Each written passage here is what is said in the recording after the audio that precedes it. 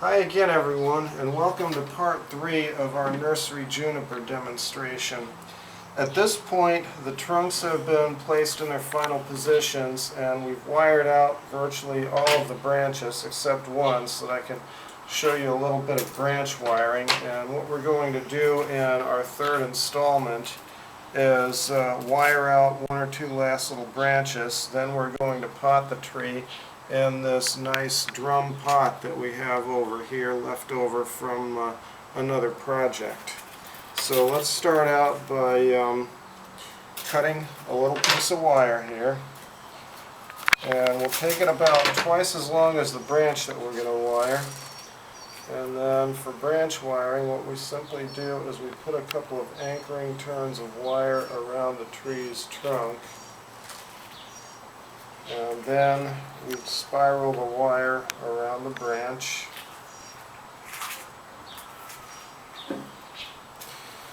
And then we place the branch into position. And I think maybe we got, well, I think this particular branch, I think we're just going to cut, and then we'll wire out the one next to it. And after that, we'll be ready to repot the tree.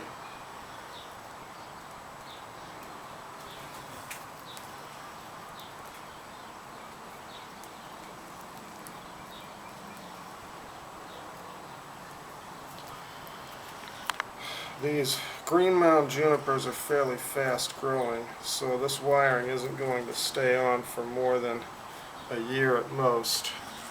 Okay, this is the juniper with its initial styling finished. I think we might have one or two more little branches to prune out.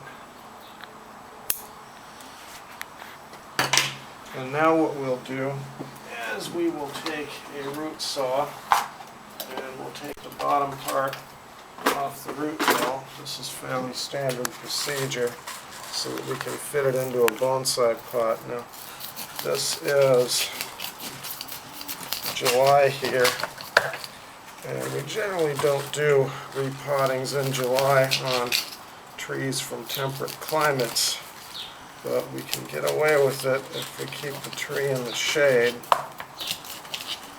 And since we did a root reduction commensurate with, that feels like it's, yep, that's the bonsai wire. Came down a little too far with it. So we'll just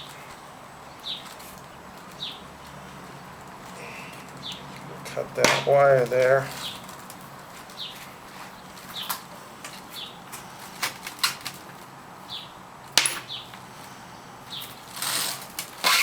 And then we'll come around and cut through the rest of the root ball.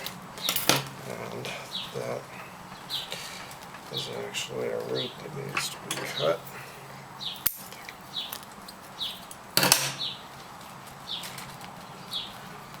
Reach in there, yep, we got one or two more.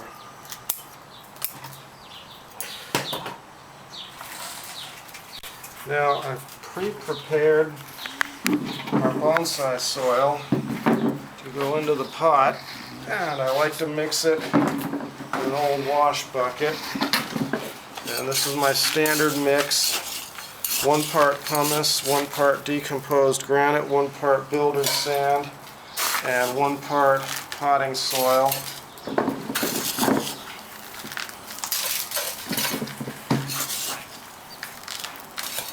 And we'll just spread a thin layer on the bottom of the bonsai pot, and then we'll see if we need to take any more off the root ball. Yep, we need to take just a bit more off of there. So we'll take our root saw and go down another couple more inches.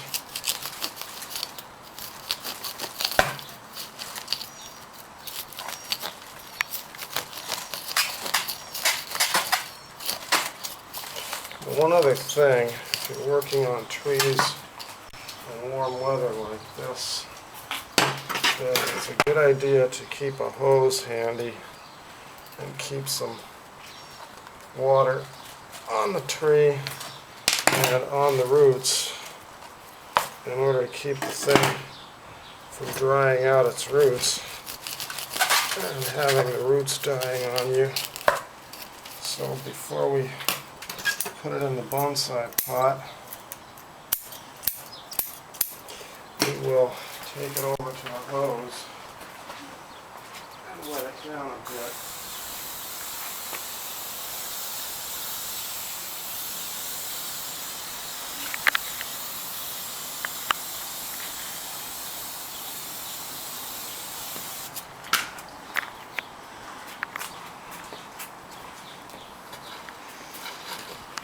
Now the good news is this pot has some nice extra room around the sides. The other thing we're going to do is we're going to tilt it up just a little bit so that our trunks are aligned visually correctly. So we'll take a little extra soil and put it in under what will eventually be the front of the tree. And then we just fill soil in around the edges.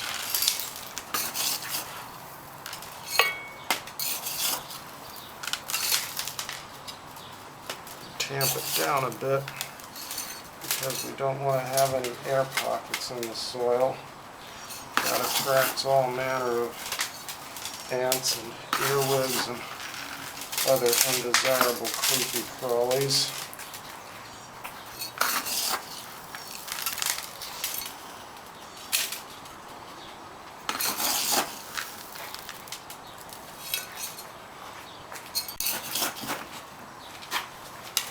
Let's get this back on the turntable here so that we can turn it around and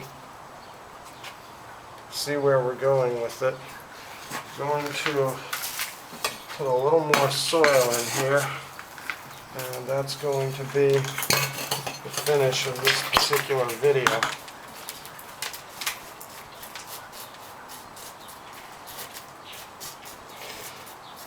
Okay folks, time limits us from doing much more with this today. But what we're going to do now is put just a little bit of water on it. We'll start out by misting it in order to get the soil down so that it doesn't wash away. And then we'll shower it a little. And typically when you first water after a repot, you want to run the water until the water starts running out the bottom of the pot. But because of time limitations, here it is folks. This is your finished instant bonsai.